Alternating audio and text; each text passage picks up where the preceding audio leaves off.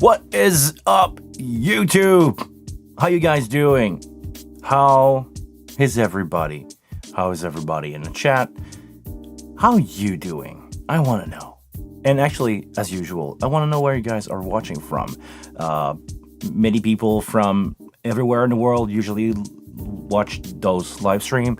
It's blowing my mind away, the reach that we have as a community to help people all over the world. What's up, Patrick? Bonjour la France. Bonjour les gens du Québec qui parlent français. Hi to all my French-speaking viewers. If you have a question that you need to be answered in French, let me know. I'll do my best to accommodate as much as I can people here on the chat. Okay. Fair warning. Warning. No special effect here on this channel, but warning. The live stream today will be a little bit shorter than usual and for a really good reason. In 5 hour, I will be flying to the beautiful city of Los Angeles, LA, to go in the studio and set up a wing for somebody, a client. I don't know if he wants to be named yet, so a client hired me to fly to LA in the studio, setting up a wing, setting up a session with Cubase, and because of that, I have to leave my house in about an hour or so. The stream today will be around 45 minutes. So if you have any interesting question that you want to share with people like Andy, like Pancho, who is always here, guys, welcome. They usually helping a lot of people. So in the chat down there, I never know, down there, the chat down there. Make sure to say hi to Andy, to Pancho, and especially Patrick.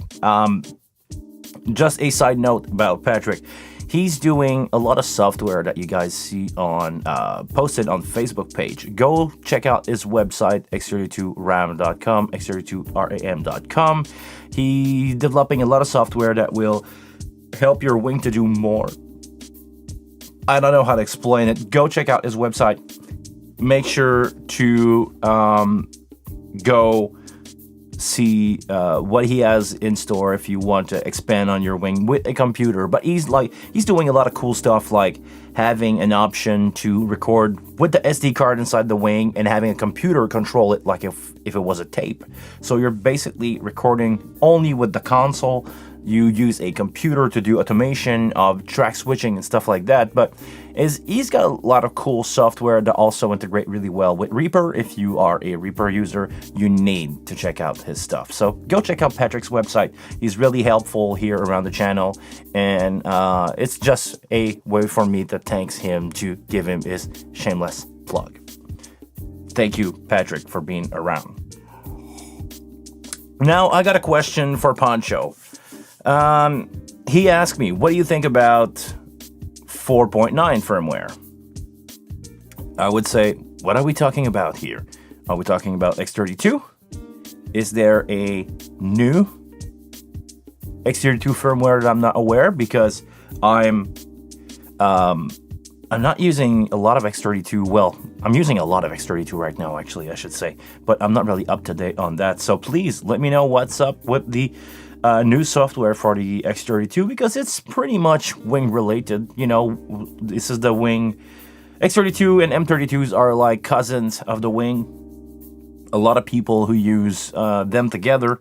So I don't know. Please let me know what's up with that. I didn't have the chance to look it out, and I'm not in front of my computer right now, so I cannot do a quick research. AS50 Watchdog. What does that mean? Okay, now you got my interest, Pancho. While I say hi to Daniel, thank you, Daniel, for being here again this week. Appreciate the fact that you spent some time with us. Jonathan, one of my lovely members. Side note here, if you're not subscribed to the channel, subscribe to the channel so you can chat with us today. If you did not like this video, please give this video a like. It will let the algorithm know that we are here and we have some kind of interest into people watching. So the more you interact with the video, the more YouTube is trying to push out the video for more people, and the more people, the better, right? Okay. What else? Yeah. Also, if you want to support the channel, like Jonathan is doing, become a member or a super member if you want to have one-on-one time with me over video conference call. I do offer online lesson. You don't have to pay me a plane tickets to go see you in your studio to help you set your console out. But if you want to do, feel free to do so. It's always a pleasure for me to take some time off to travel. Okay. Sorry, I thought that was fitting a little too well into that phrase. Back to firmware 4.9. Do I just take my phone out and go take a look at the firmware release note? Because I have no idea what's happening now. So, X32 firmware 4.09. Do we have the release note somewhere? I don't think I have the release note. Can anybody send me on Facebook, those of you who have my Facebook, a message with the firmware release note? It will save me a lot of time trying to search for that, because it sounds interesting. What I see now from Pancho is its new AES-50 watch dock looks like, if you are sync or not, if it tried to restart the AES-50. So I want to know what's happening with that for a good reason. Eventually, those features will probably pop up to the wing, because even if they are, I don't want to say sisters, but cousin console, they have a lot of feature in common. So I want to know what that. Stephen Swanson, hi, welcome to the channel. Welcome back if you've been around. Sending. Okay, thank you very much, Patrick. Really appreciate that. What would I do without Patrick? He's such a helpful gentleman here on the channel for me, especially you guys. Patrick is helping out a lot with debugging and asking questions that are really, really deep and has to do with the surface control. Actually, Patrick, I know I say that a lot of time. We should do a live stream together on a Monday eventually. When you have free time, let me know. Maybe next week if you're available during the holidays. We could wrap up the year with doing a live stream together where we take question of people. Okay, so Andy is posting that in the chat. Thank you very much, Andy. Improvement. AES-50 port watch dock implemented. So support for new feature and hardware version. Oh, for a future hardware version. Oh. Okay. Bug fixes, several stability issue fix with the S16 DL16 head amp controlled bug fix, DCA solo, okay, stereometrics, left right mute led fix, so I guess it was a problem.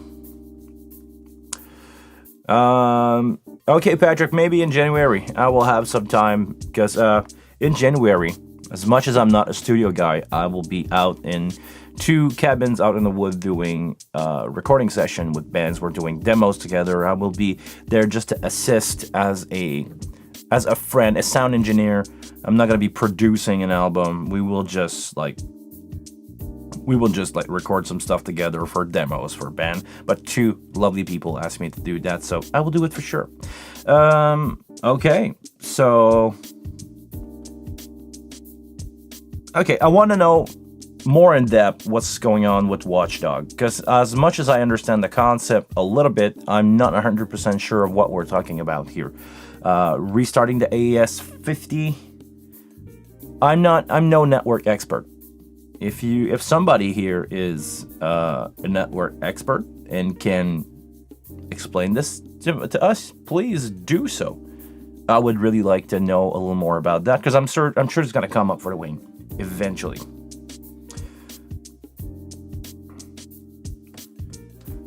Okay, now, thank you very much, Patrick. I just got the release note on Facebook. Thank you very much. Just read that. But this is basically what Andy sent to us. A few bug fixes and improvement. But the new and future hardware version, this is what I want to know more about, because future hardware, meaning new stuff. What does that mean? I really want to know. What's in the pipeline for us? Always interesting to know what Behringer has in their back pocket. They always put out like some new stuff without us knowing. It's amazing. I know some people have problem with Behringer not releasing stuff soon enough or as fast as they want, or firmware update as fast as they want. But guys, you don't understand the massive work that people over at Music Tribe are doing. If anybody from Music Tribe ever watched this live stream, thank you. Your hard work is much, much appreciated by a lot of people. Don't let the haters get on you. You bring a lot of joy to a lot of people that own the hardware that you helped create, or the software that is run on the hardware that has been created by Behringer or other sister company. Thank you very much, everybody who's watching. Many vendor had to change their chip. This is new. This means new hardware. Okay, just replace what's already been there. Okay, so probably not new hardware.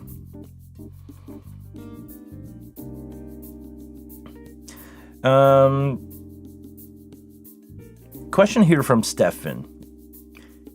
The head amp gain when connected to the NX32, can the wing control input gain on an X32? I believe I never did it. I think I did it the other way around. No, actually, I did it.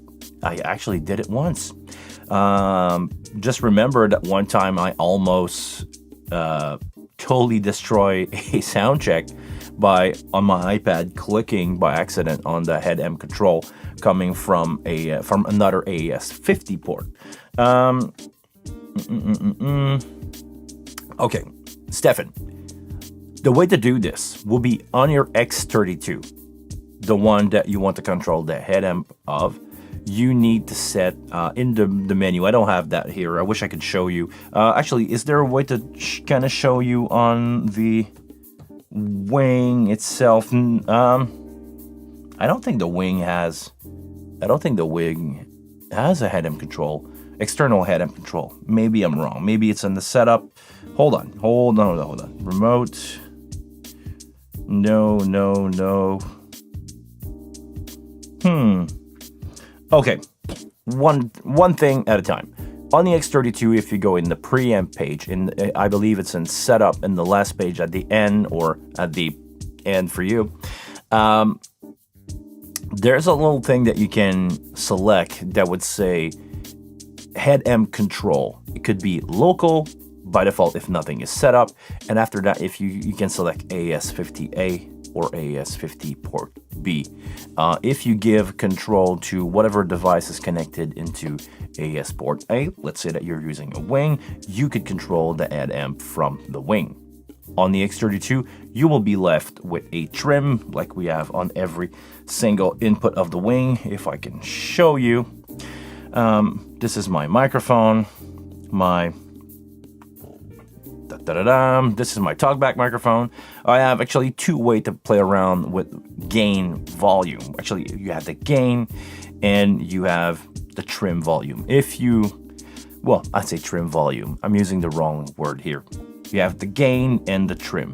Basically, this gain knob will physically change the preamp in the back of the console on an X32 in the stage box. It will increase the gain staging physically on that preamp, and once you reach max level like I am right now, 45 dB of gain in every preamp that is made for the X32 and the wing, you have an option to add up to 12, and I'm gonna be quiet for a while because actually it's 18 dBs of more gain. You have an option to add or to remove 18 dB of gain into your preamp. And if you're doing double console duties, like with an X32 and a wing, you can set one console to operate the gain, and after that, if you have too much or not enough gain on the other console, you're left with the trim. So the trim will be the new way that you can set the input level of your source. I hope that answered your question. Okay. Catching up with the chat. What else?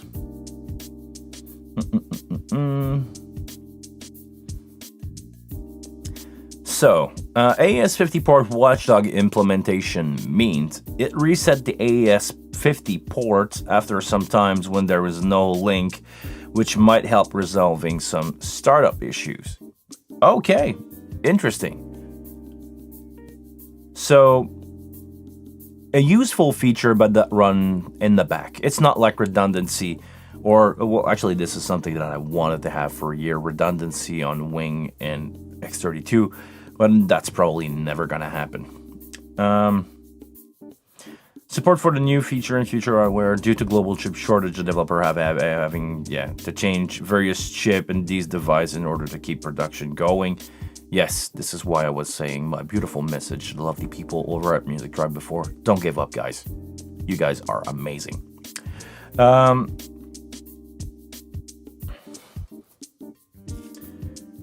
was the cause of why they stopped developing the Wing firmware. Well, they had to implement a new chipset in X32s, and also I will point out other device. Basically, my understanding is everybody at Behringer has to be hands on the deck to redesign every single device that Behringer was making because of the chip shortage.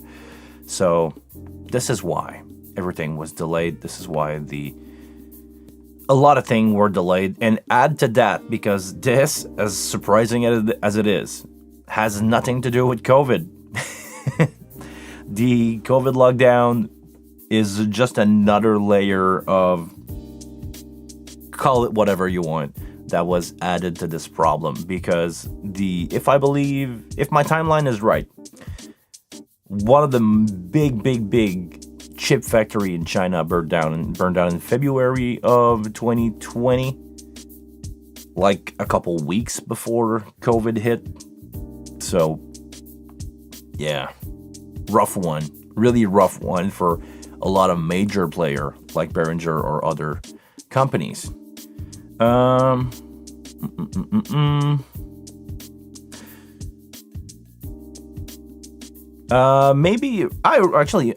Hi Rolf, welcome to the channel. Rolf is like one of my longest time viewers. Thank you very much, Rolf, for being here. Really appreciate the fact that you join us pretty much every week for the last years. I should do a count on video how many we live stream I did, like Monday like that. We probably did more than 100 so far. Maybe I should do a special for like the 100 episode that is not really 100, it's probably more like 150. Or maybe I'll do one for the 150, like a special episode where I could get many people. Because this is something that I want to do one day. I want to get you guys on this stream with us. You can join in over, I don't know, Facebook Messenger. Just find a way to just do a quick hi to everybody, all the people who watch this, the community. I want to really grow a feel of community here because we're all Wing user, all doing our best every week, every day, to work with our console and having a good time. So, Rolf, you got a really good point here. The difference between analog and digital gain. Maybe I went over this a little too fast, so I will recap that. Physical gain, analog gain, is done by the gain knob. Here, we're physically changing a device, physically moving parts and relays inside of a microphone preamp, either inside our console or at the other end of a stage box. And this is not digital amplification. This is physical stuff happening inside a module that is on a PC board that increase, or actually, I believe if I understand how preamps are working, they have various degree of attenuation. The preamp just give you the full amount of amplification, and you basically trim down the input of that preamp and you let it amplify the signal as much as you need. After that, once you reach the maximum amount of gain that can be given by a microphone preamp, like on the microphone on the back of the wing, give you 45 dB, and I believe if I select another one, here's just a copy of that same preamp. So, I cannot do this. Okay, let me patch another preamp. Local trees not used. There we go. Do we have attenuation? Yes, we have one step of attenuation, meaning minus 2.5 decibel. 0 would be absolutely no amplification at all. And after that, you just keep opening up the preamp until you reach 45 dB of analog gain. Once you got that in, you have a trim of plus 18 or minus 18 dB of gain. But that's digital attenuation or digital amplification. If you run out of gain on this one, actually, no, let me rephrase that. If, like on X32s, you reach over the 45 dBs of gain, on the X32, you don't have a trim and a preamp all the time because by default, once you go over 45 dB, it's just a automatic trim that kick in until you reach something like stupid, like 60 dB of gain. But it's basically the same thing. Except here, like on the Pro Series console, we have two version of that preamp, because some people in some situation like to have a lot of gain on the preamp, almost distortion. Like on some stage box, you basically want to have clipping, not digital clipping, analog gain clipping of bass drum, some bass guitar to really give it some grit, some real distortion, but fun distortion, not unpleasant distortion like digital distortion. So the reason why we have the two separate here is to have a lot of physical gain amplification, and if the signal is running too hot, or if you're doing a split gain, you can basically adjust your input source level with the trim. I hope that's clear. I hope that I can clearly explain that to you guys. Usually when I'm wrong, you're really good to tell me in the chat, in, of course, a really fun, pleasant way. I really appreciate the fact that everybody here come here with a really good attitude, really fun. Everybody's here to have fun, and I appreciate that. This is basically what I want to say. Okay, let's go back in the chat, see what's going on there. Joshua, nice to see you. Do we know if there will be a wing compact one day? I've talked about the subject a lot. I don't know. I don't have any evidence of it, but I would believe yes. But I know nothing about that. Don't quote me on me saying yes, there will be a wing compact one day. I have absolutely no information about that at all, but I believe the footprint will be interesting for people. Like the M32R was a really good footprint for people. If I'm correct, the bottom part of the wing is 19 inches or will fit into a 19-inch rack, so that would give me a clue right there. For a wing rack version, for a wing compact like the M32R, I would love to have that. Actually, I've said before, I would love to have okay, I'm always saying this part of the console, but I'm wrong. I want to have this part of the console, get rid of the useless channel processing, move the screen over. This is the part of the console that I want. This is the half of the console that I want. These fader are useless. Just give me all the select knob here, send on fader. Just give me everything here, all the input. Make a longer row of button here, and I will be the happiest guy on earth. Just have that. This is all I need. Maybe maybe get rid of some stuff on the right, or maybe get rid of the 4 knobs on top and give me like the monitoring option there. That would be amazing. This is the footprint of a console that I really want, and I believe it would fit. Yeah, it makes sense. I always look at it from the other side, but actually this is the sides that the part that I want to have. Maybe less control. I could live with less control, but move the screen over into this part, and this is what I want to carry around. And I would love to carry that around. Or if anybody is really good with 3D printing and we could fit the PC board inside of a DIY console, let me know. It could be a fun project, because I know some people already, I don't want to say build themselves, but made some kind of a wing rack where they took off the top part of the console, unplug everything, put a lid on the portion in the back, and rack mount that, and it's basically a wing rack. With no screen, no nothing. You can only interact with the device with an iPad, but it still makes sense to have like a small 3U version of a wing that you can control with an iPad. So one day, my answer is I believe one day we will have 2 versions, a wing rack at least, in a compact R M32R-ish like console. Who knows? From Stefan, I think I figured out sound check, virtual sound check, basically simulated sound check, using the Wing Live card. Would you go over setting up alt channel label at the same time as the main label?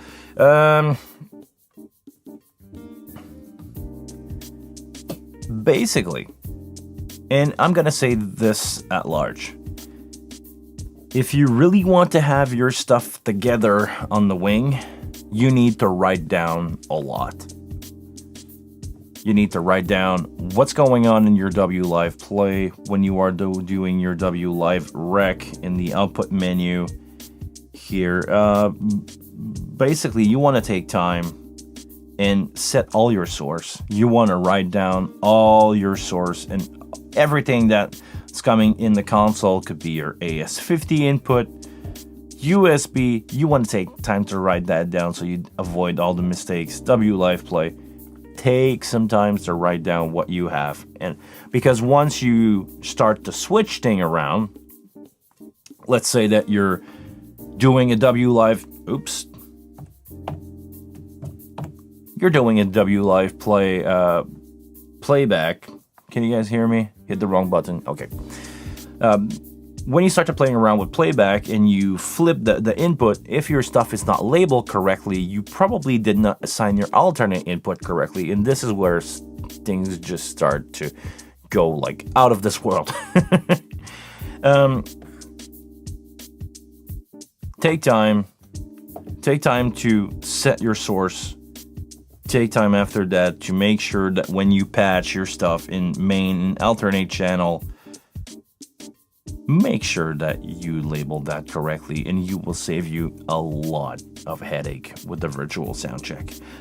Quick way to do a switch for the input is to go into the setup audio, and you can select manually here a quick flipping of the whole console between alternate and main inputs. So feel free to take time and label your stuff correctly, like I have on my console right now. When I switch to alternate, I see alternate and I see all my card input with the right name under everything. Take time to do this. Will save you a lot of time.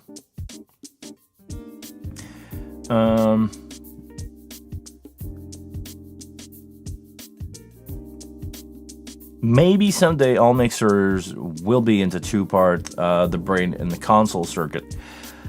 So you could mix and match whatever you want. Basically, Behringer did that with the X32 rack and the X-Touch, but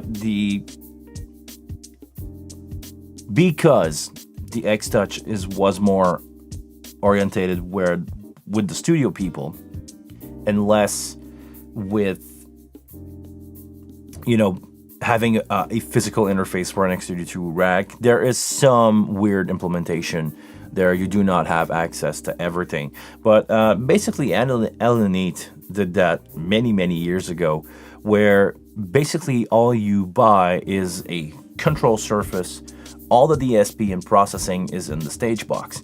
So that means if you have a stage box with 48 input, 16 out, you have all the processing that you need to deal with 48 input time, whatever processing you have on them, and same for the outputs and the internal effect. And it's not a bad idea. It makes sense. I mean, think about it. People who design that stuff are brains. They know what they're doing. We're the dummies that don't know how to use the thing that they made at the other end, basically.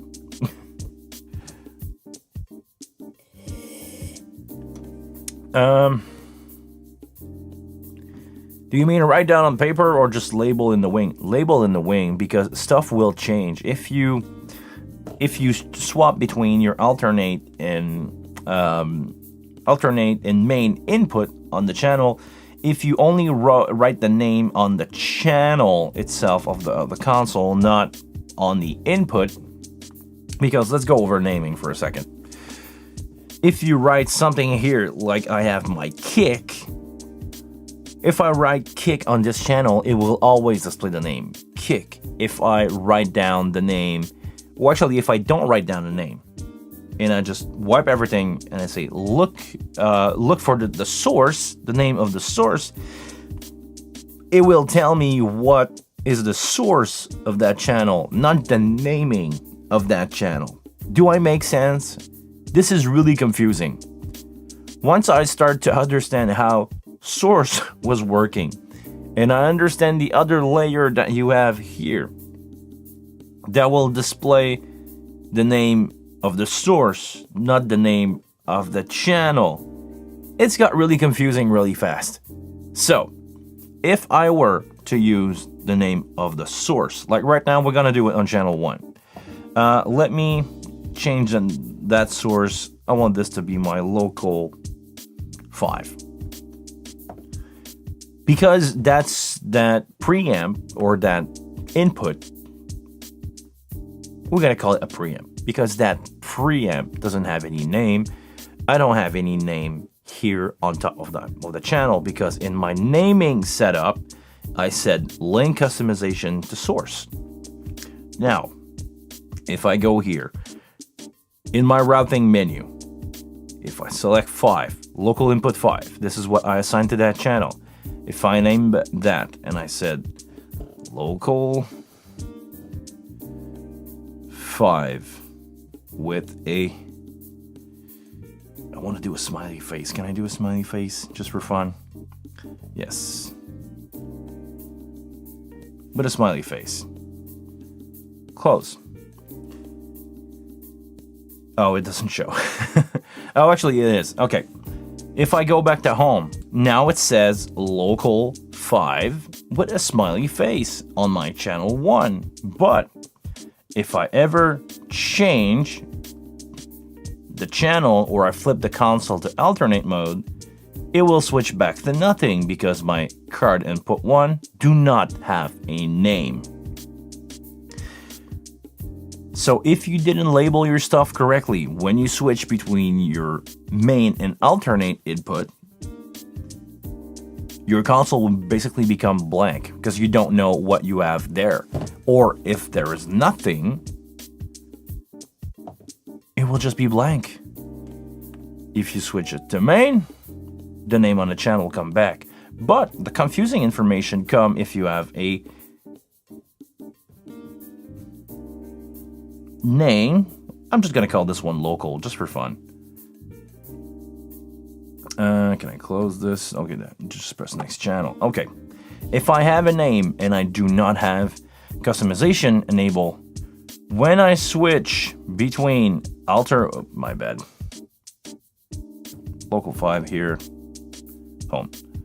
When I switch between the two, it will just change the icon here, but the name will be the same no matter what I have in the alternate. So let's say that I did a mistake and I have another input. I don't want to use my. Okay, I'm gonna go with the W Live Play. Something that. Do I have something label? No. Let's say that I did something wrong and I got local card 6 in there instead of 1 for my bass drum. I would not know because the input on the console physically is always displaying local. Because that's the name that I said, local.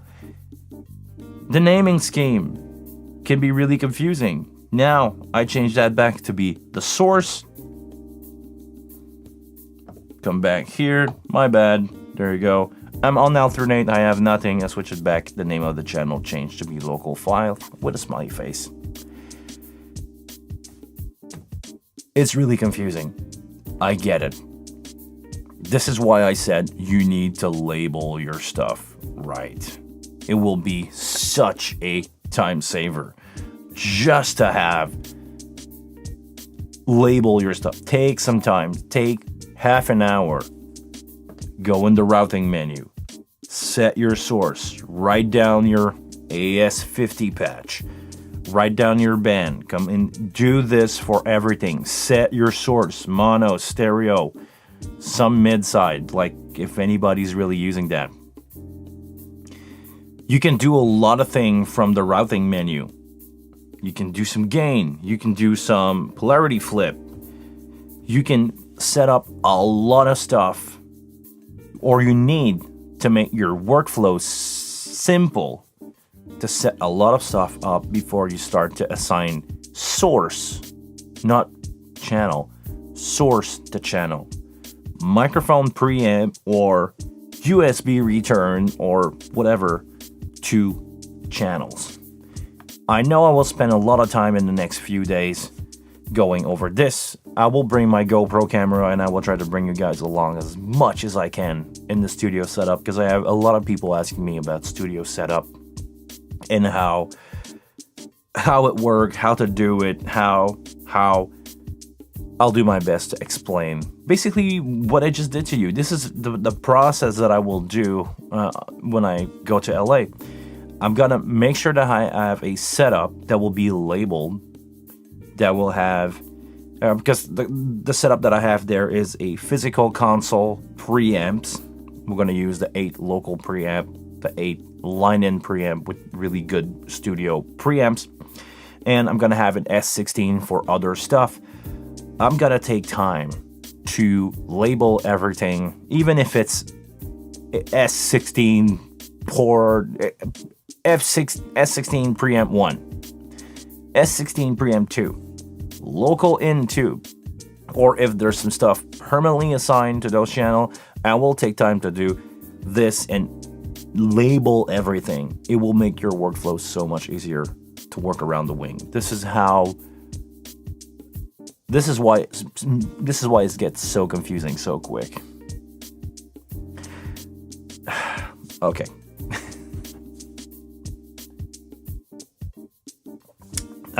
If I remember right, the Copilot app was first developed to help label the source while working on the stage, which makes a lot of sense.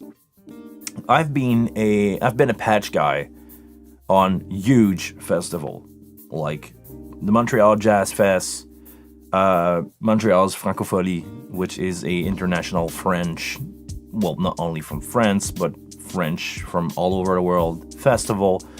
And I used to do like 100 to 125 input per day. Some days were really easier, but I used to deal with 125 connection into Subsnake and everything. And if I didn't label my stuff correctly or knew where I was going, like from my... You need to label your stuff to make stuff go easier, because of course it's going to work, or actually most of the time it doesn't, but you need to label your stuff to make sure that you got your shit down and make sure to avoid all kind of confusion. So an app like the Wing Copilot that allow you to label your AS50, because keep in mind, this is basically your stage box.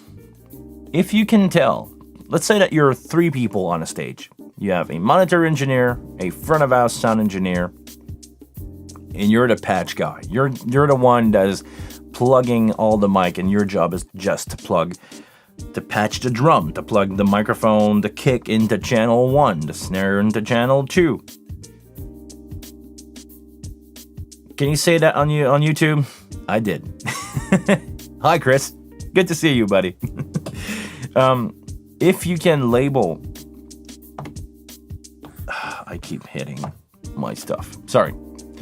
If you label all your stuff correctly,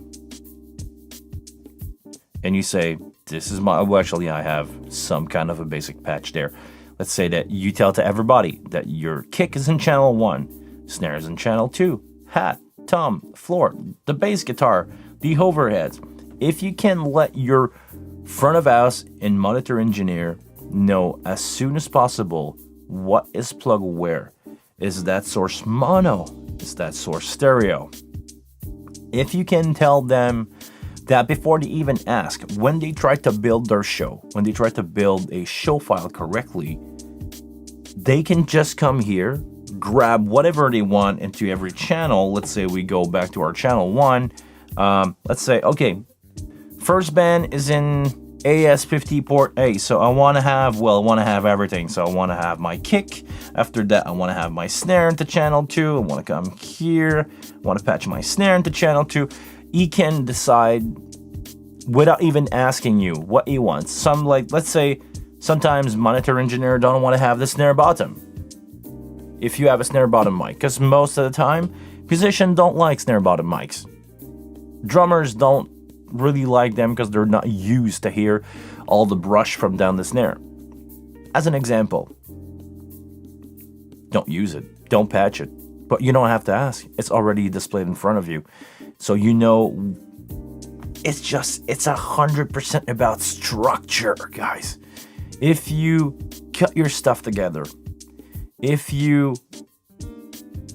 label your stuff, you're gonna save a lot of time and you will avoid confusion. And this is why a lot of people don't get the wing, because it's a complex, it's a really flexible console. But if you don't label, if you don't get your shit together, I'll say it again just for you, Chris. If you don't get your stuff together, it will not fly. You will have a hard time. Okay.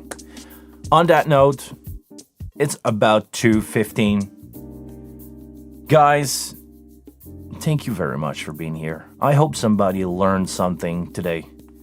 I hope you gonna have a wonderful next 2 weeks. It's the holidays. I want to be really at large here because we have people from all over the world watching. I hope you guys have a wonderful holidays. Are we gonna see each other? Maybe we're gonna see each other after. Have a good time. Have a good time with your console. Take time to label your stuff. Sunscreen? No, probably not, Pancho. No, I will have a cap. And actually, I will be in the studio. Okay.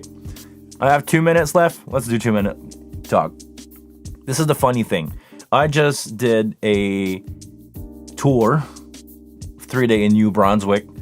And honestly, I could have been in the venue next door, or that is 2 miles away from where I live, and it would have been the same thing. The only difference is I drove 6.5 hours between venues instead of driving 20 minutes and come back home.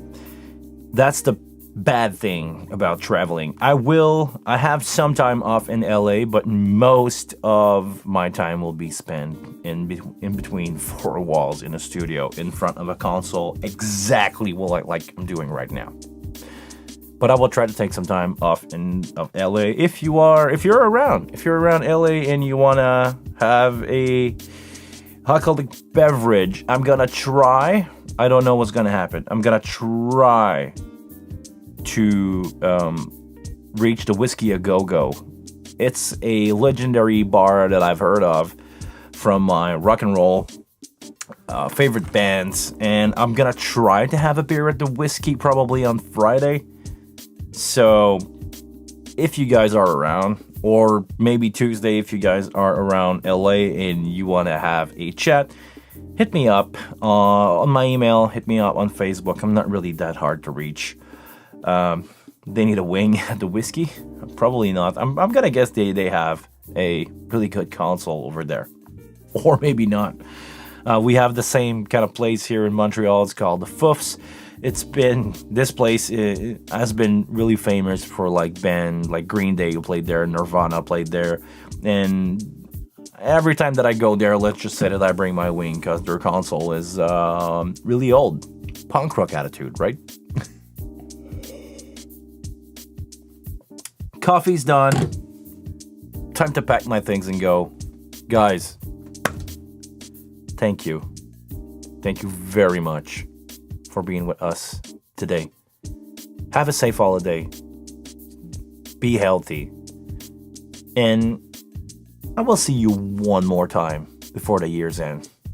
Because next week is going to be a fun one. Guys, take care. Please.